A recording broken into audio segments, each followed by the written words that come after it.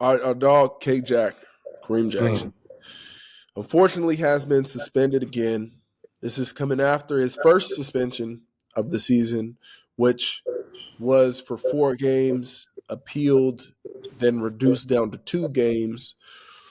He took those 2 weeks off, and then he returned.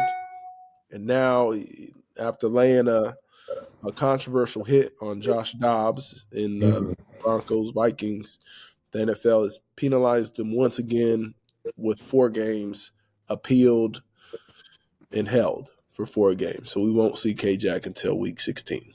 Man, I just don't. I'm not a fan of suspending people if the referees, one especially like, if referee in game didn't deem it to be violent enough for something to happen, not even to throw a penalty, not even a penalty was thrown. So therefore, you're telling me that that's violent enough, and I feel the same way about these fines. Like these these fines, these suspensions, you're saying that my act was violent enough not to get kicked out of the game. It wasn't that acting violent enough to get kicked out of the game, but violent enough for you to fine me 6 figures, 40,000, 30,000 for whatever. So I'm playing for free, and like it wasn't violent enough for KJ to get kicked out of the game, but he got suspended. That doesn't make sense. If it's violent enough for me to get kicked out, like if it kicked out of the game, then I understand those things. But like saying like I did an act and it was deemed violent to you after you reviewed it and slowed it down and angled it and did this and like that's BS. That's like those damn freaking traffic lights that take pictures of your damn license plate if you run the red light. Like, no, if you didn't fucking catch me, like you didn't catch me, therefore I shouldn't be getting it. Don't send me no fucking ticket afterwards, bro. Like, Yeah, right. I don't want to hear that shit. Like, nobody wants to see that. Nobody wants that. Like, No doubt. nah, like that's crazy. Yeah. No, it is. It is. And what's crazy to me on the particular play in question that he's being suspended over, the tight end was under center for the Vikings. He was snapped the ball and then he tossed it back to Josh Dobbs, who Pause. now is like a traditional ball carrier. So then Indeed. whatever happens, then he's in the scrum and he's getting kind of held up and somebody's swiping at the ball and Josh Dobbs didn't go down. He didn't slide. And Kareem saw a window to go and nail his ass, which that's the whole reason that quarterbacks slide. Like you need to slide because you about to get your block knocked off. Yeah, you about to get He needs filleted. you. You need to slide. You need to go down. That's on you. That's why you sliding in the first place. So for as defenders, if Josh Dobbs is the head of the snake, the quarterback is the head of the snake for an offense, typically, he'll cut off the head. He'll hit him as hard as you possibly can. And that's what Kareem did. And so like I get like, all right, maybe okay, head was down, hit with the crown of his all right, we could throw a flag on that.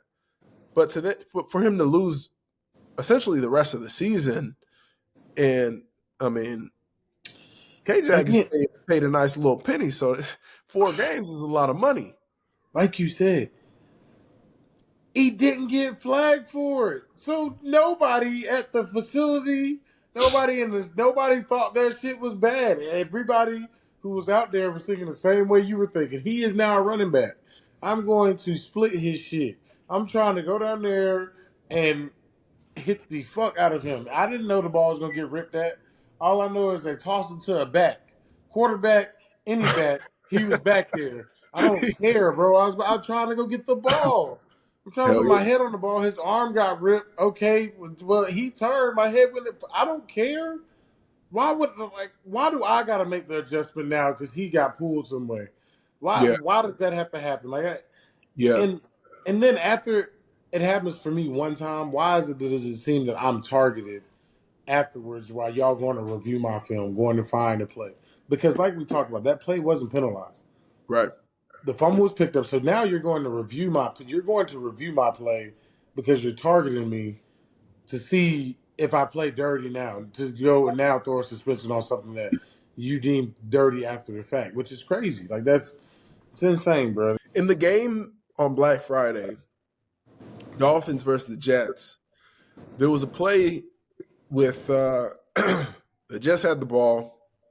Conklin is running like I don't know, maybe 12-yard, and like he's dragging across the field, and he's throwing the ball. And Javon Holland, who plays safety for the Dolphins, Smoked him. he's right there. Like it's a bang bang play. Like the quarterback shouldn't have thrown it to the tight end, just where Javon was on the field.